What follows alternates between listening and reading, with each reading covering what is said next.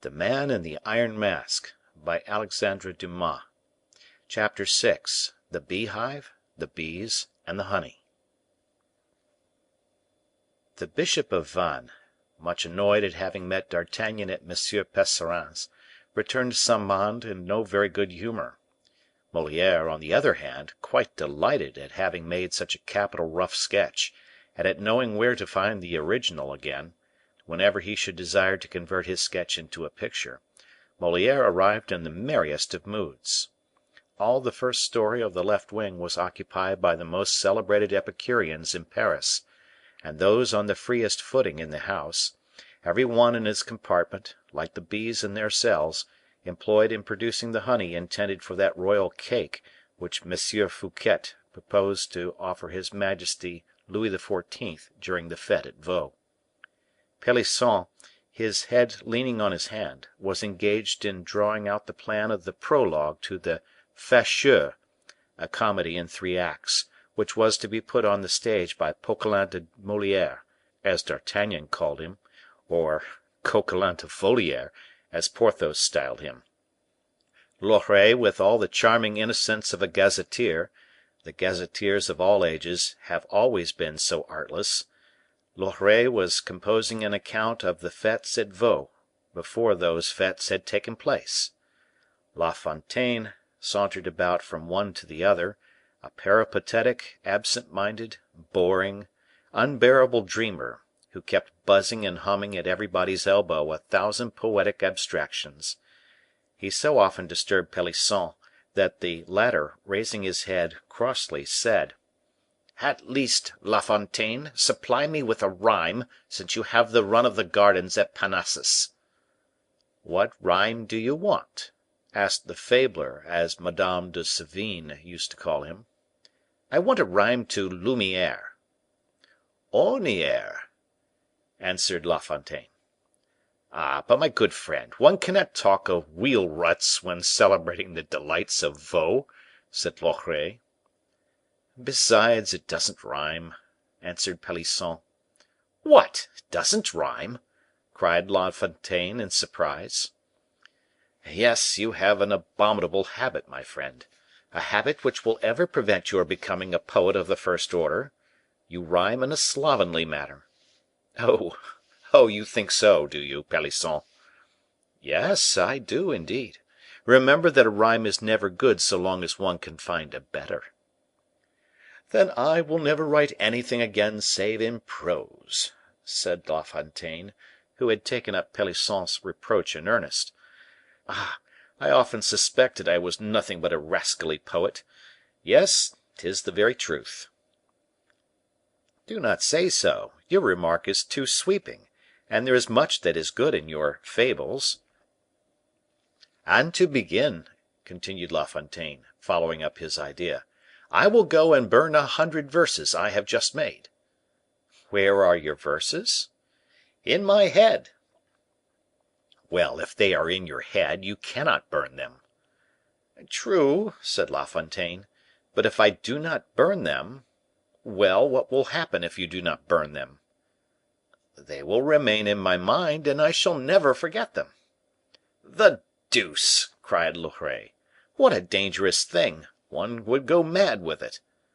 "The deuce! the deuce!" repeated La Fontaine. "What can I do?" "I have discovered the way," said Moliere, who had entered just at this point of the conversation. "What way?"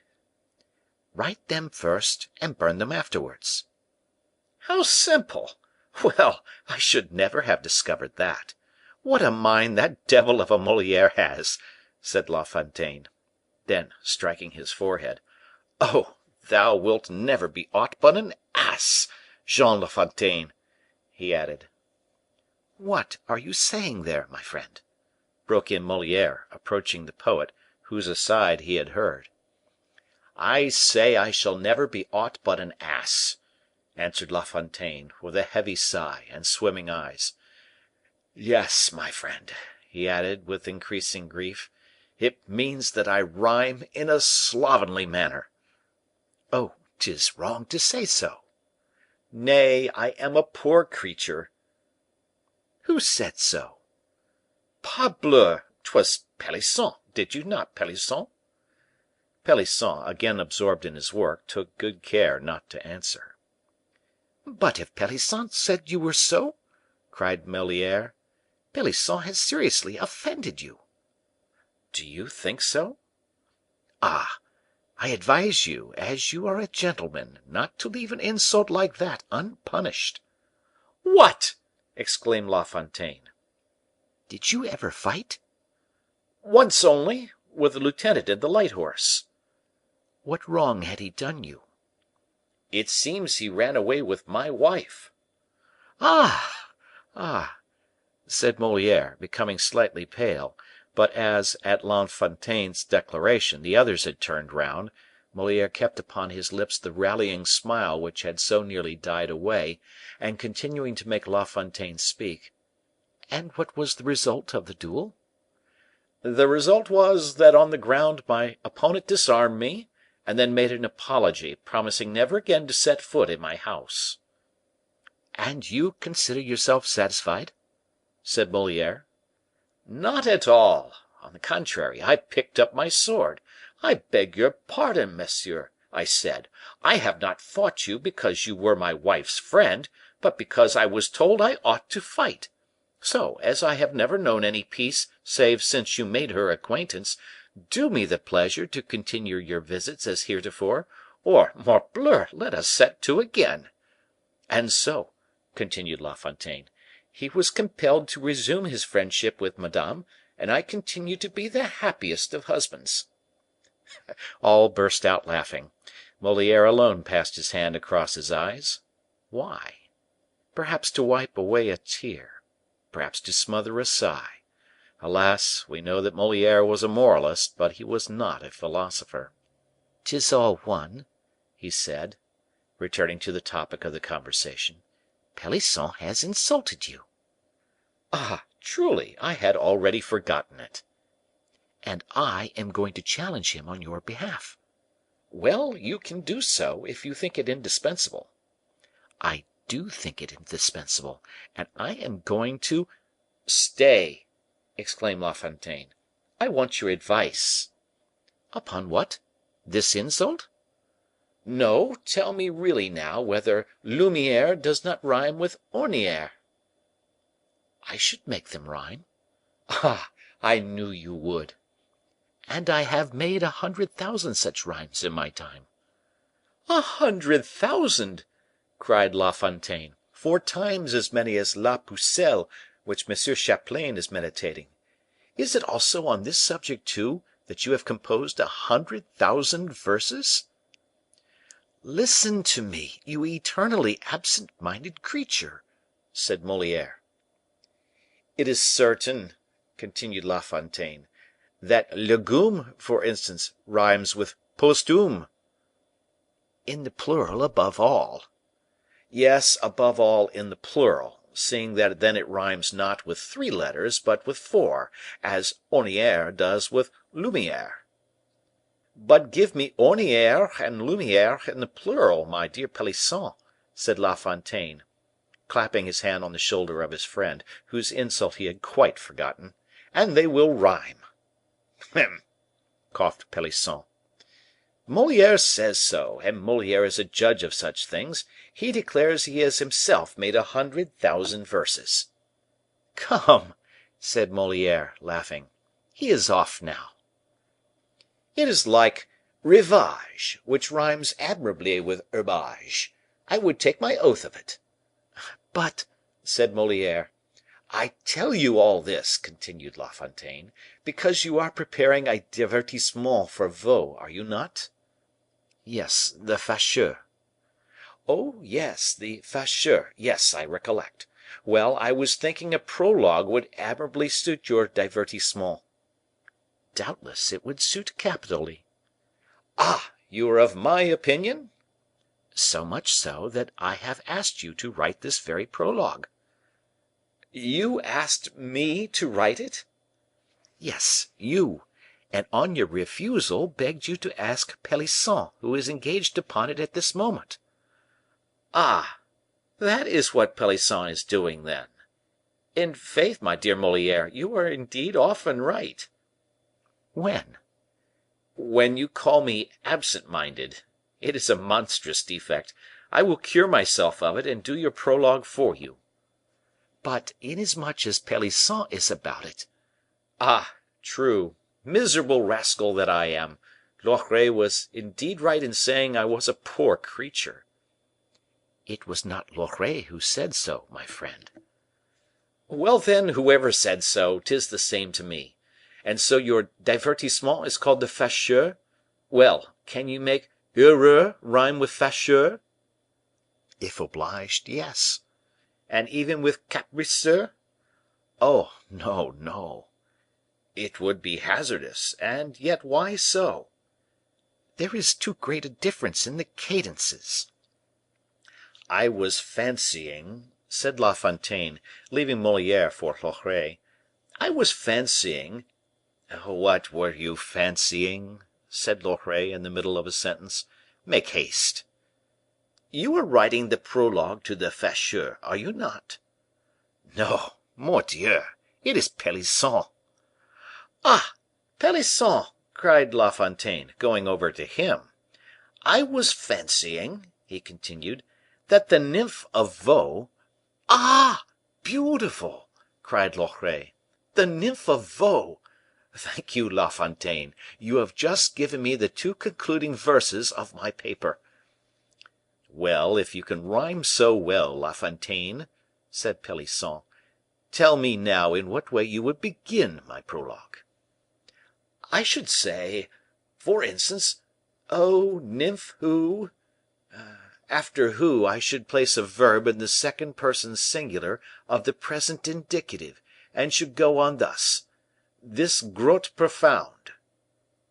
But the verb, asked Pelisson. To admire the greatest king of all kings round, continued La Fontaine. But the verb, obstinately insisted Pelisson. This second person in singular of the present indicative? Well, then, quittest. O nymph, who quittest now this grotte profound, to admire the greatest king of all kings round. You would not put who quittest, would you? Why not? Quittest after you who? Ah, my dear fellow, exclaimed La Fontaine, you are a shocking pedant. Without counting, said Moliere, that the second verse, king of all kings round, is very weak, my dear La Fontaine. Then you see I am nothing but a poor creature, a shuffler, as you said. I never said so. Then as Loret said. And it was not Loret either, it was Pelisson. Well, Pelisson was right 100 times over. But what annoys me more than anything, my dear Moliere, is, that I fear we shall not have our Epicurean dresses. You expected yours, then, for the fete? Yes, for the fete, and then for after the fete. My housekeeper told me that my own is rather faded. Diable! Your housekeeper is right, rather more than faded. Ah, you see, returned La Fontaine, the fact is, I left it on the floor in my room, and my cat. Well, your cat? She made her nest upon it, which has rather changed its color. Moliere burst out laughing. Pelisson and Loret followed his example. At this juncture the Bishop of Vannes appeared, with a roll of plans and parchments under his arm. As if the angel of death had chilled all gay and sprightly fancies, as if that wan form had scared away the graces to whom Xenocrates sacrificed, silence immediately reigned through the study, and every one resumed his self-possession and his pen. Aramis distributed the notes of invitation, and thanked them in the name of M. Fouquet. The superintendent, he said, being kept to his room by business, could not come and see them, but begged them to send him some of the fruits of their day's work, to enable him to forget the fatigue of his labor in the night. At these words all settled down to work. La Fontaine placed himself at a table, and set his rapid pen an endless dance across the smooth white vellum. Pelisson made a fair copy of his prologue.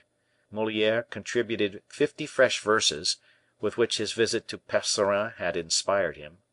Loret, an article on the marvelous fetes he predicted, and Aramis, laden with his booty like the king of the bees, that great black drone, decked with purple and gold, re entered his apartment, silent and busy. But before departing, "Remember, gentlemen," said he, "we leave to morrow evening." "In that case, I must give notice at home," said Moliere. "Yes, poor Moliere," said Loret, smiling, "he loves his home." "He loves, yes," replied Moliere, with his sad, sweet smile, "he loves; that does not mean they love him."